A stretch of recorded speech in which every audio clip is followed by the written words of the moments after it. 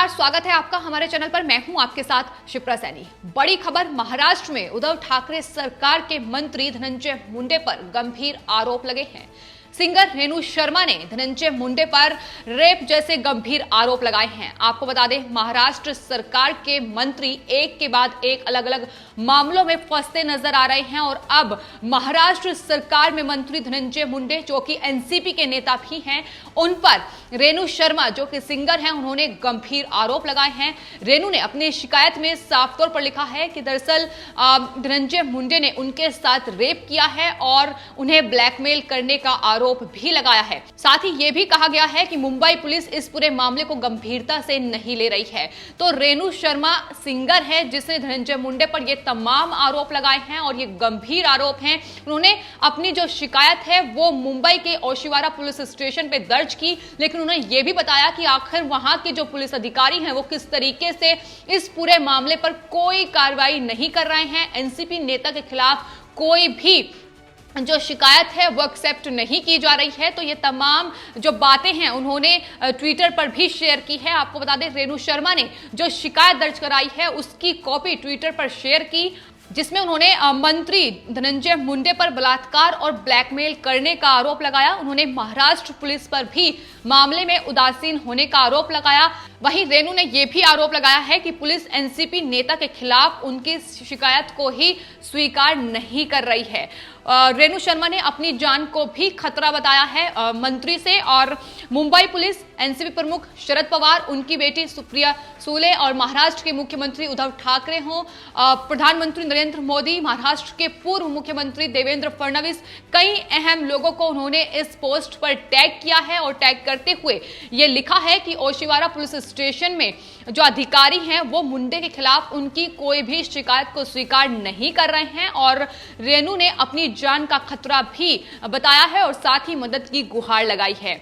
रेणु शर्मा जो है वो एक सिंगर हैं जिसे झांसा देकर धनंजय मुंडे ने उनके साथ रेप किया है। ये रेणु शर्मा ने अपनी शिकायत में बताया है। आपको बता दें, तमाम अहम बातें उन्होंने ट्विटर पर शेयर की है। उन्होंने बताया है कि आखिर ये पूरी दास्तां है क्या, किस तरीके से धनंजय मुंडे ने उनका फायदा उठाने की कोशिश की है, उनके साथ रेप किया है। उन्होंने बताया कि धनंजय मुंडे जो हैं वो उनके जीजा हैं और उन्होंने शादी करने के बहाने से उनके साथ यौन शोषण किया, रेप किया है उनका। रेणु शर्मा ने यह भी साफ तौर पर लिखा कि 1997 में मध्य प्रदेश के इंदौर शहर में उनकी पहली मुलाकात धनंजय मुंडे से हुई थी और जब वो महज 16-17 साल की थी। उन्होंने बताया कि 1998 में मंत्री से उनकी बहन करुणा की शादी हुई। 2006 की उन्होंने कहानी बताई कि किस तरीके से जो धनंजय मुंडे थे वो उनके घर पर आते थे जब वो अकेली रहती थी और उसी का ही फायदा धनंजय मुंडे ने उठाया है। तो ये तमाम अहम बातें उस शिकायत में की गई हैं। जाहिर है कि अब एनसीपी के ये जाने माने नेता हैं और इस तरीके से जब उन पर आरोप लगे हैं तो अब लगातार विपक्ष भी उनसे सवाल कर रहा है कि वो इन तमाम आरोपों का जवाब दें कि आखिर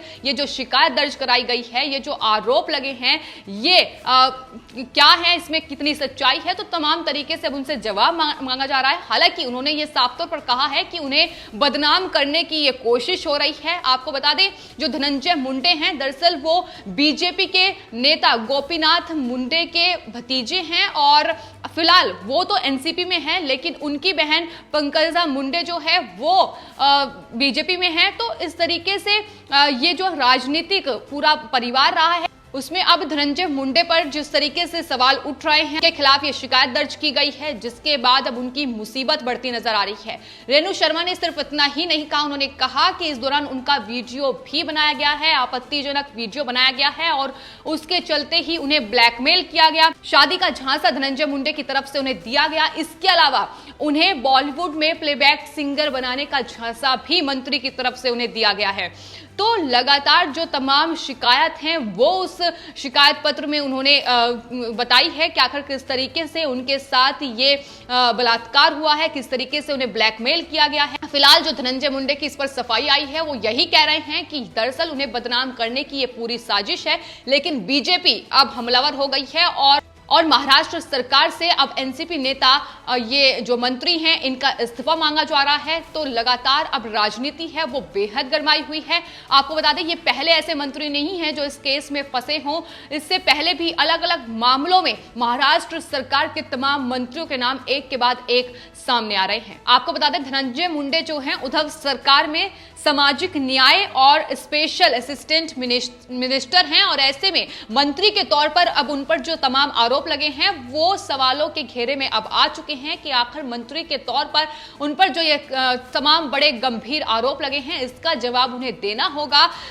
लेकिन इससे पहले अगर बात 2019 की करें तो आपको बता दें उनकी ही चचेरी बहन है पंकजा मुंडे जो कि बीजेपी की नेता हैं, उन पर भी आपत्तिजनक टिप्पणी करने का आरोप इस मंत्री पर लग चुका है और फजीयत पहले भी हो चुकी है कि किस तरीके से अपनी ही बहन पर उन्होंने आपत्तिजनक टिप्पणी की थी जिसमें उनके खिलाफ आईपीसी की धारा 500 यानी मानहानि और 509 महिला की गरिमा को ठेस पहुंचाने के लिए कहे गए शब्द और 294 यानी सार्वजनिक स्थल पर अश्लील कृत्य, इसके इन धाराओं में उनके खिलाफ मामले दर्ज हो चुके हैं। अपनी ही बहन पर आपत्तिजनक टिप्पणी उन्होंने एक बैठक के दौरान की थी।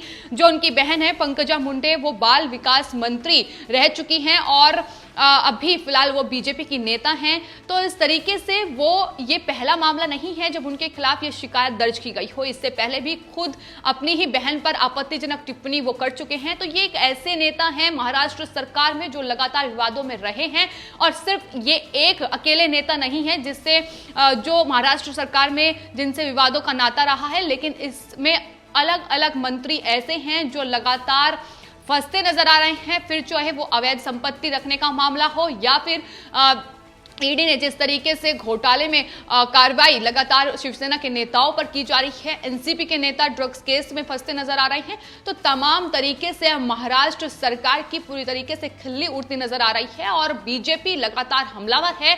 और अब जब इस मंत्री पर यह तमाम बड़े आरोप लगे हैं तो जवाब बीजेपी मांग रही है।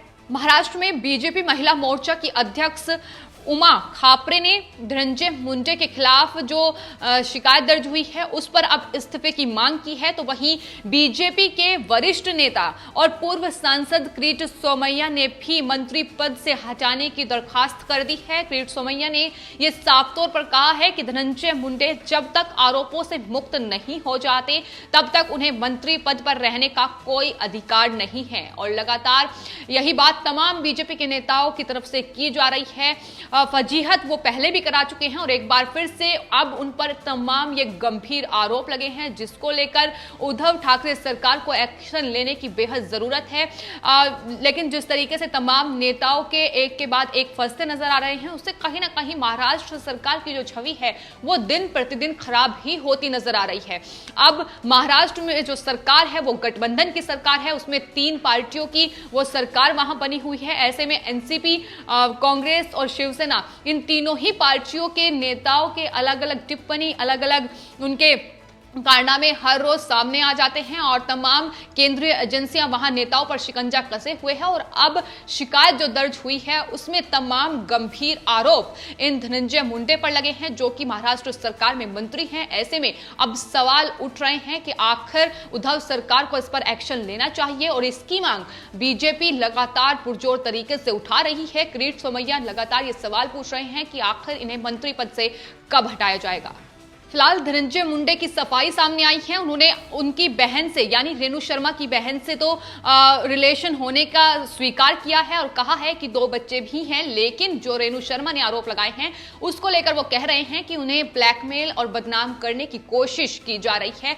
लेकिन फिलहाल रेणु शर्मा ने जो शिकायत दर्ज कराई है उस पर अब क्या एक्शन होगा आगे ये आने वाले वक्त में देखना होगा। लेकिन उन्होंने यह भी साफ तौर पर कहा है कि महाराष्ट्र की जो पुलिस है, मुंबई जो पुलिस है, वो इस पर कोई भी एक्शन एनसीपी नेता के खिलाफ नहीं ले रही है। और अब जिस तरीके से उन्होंने अपनी बात सोशल मीडिया के जरिए सामने रखी है तो आने वाले वक्त में देखना होगा कि आखिर अब मुंबई पुलिस इस पर क्या एक्शन लेती है। लेकिन फिलहाल मुंबई में, महाराष्ट्र में जो स्थिति है, जो उद्धव सरकार है, वो लगातार मुश्किल में ही फंसती नजर आ रही है। फिर चाहे वो तमाम नेताओं के कारनामे के जरिए हो या फिर राजनीति जिस तरीके से हो रही है, लगातार तीनों ही पार्टियां एनसीपी, कांग्रेस और शिवसेना आपस में जिस तरीके से झगड़ती नजर आ रही हैं और लगातार तमाम पार्टी के कार्यकर्ता आपस में झगड़ते नजर आते हैं। लेकिन इनसे अलग अब जिस तरीके के आरोप उन पर लग रहे हैं, हाल ही में एनसीबी ने नवाब मलिक के जो दामाद हैं उन्हें समन भेजा है, उनसे पूछताछ ड्रग्स मामले में कर रही है। और अब ये दूसरा मामला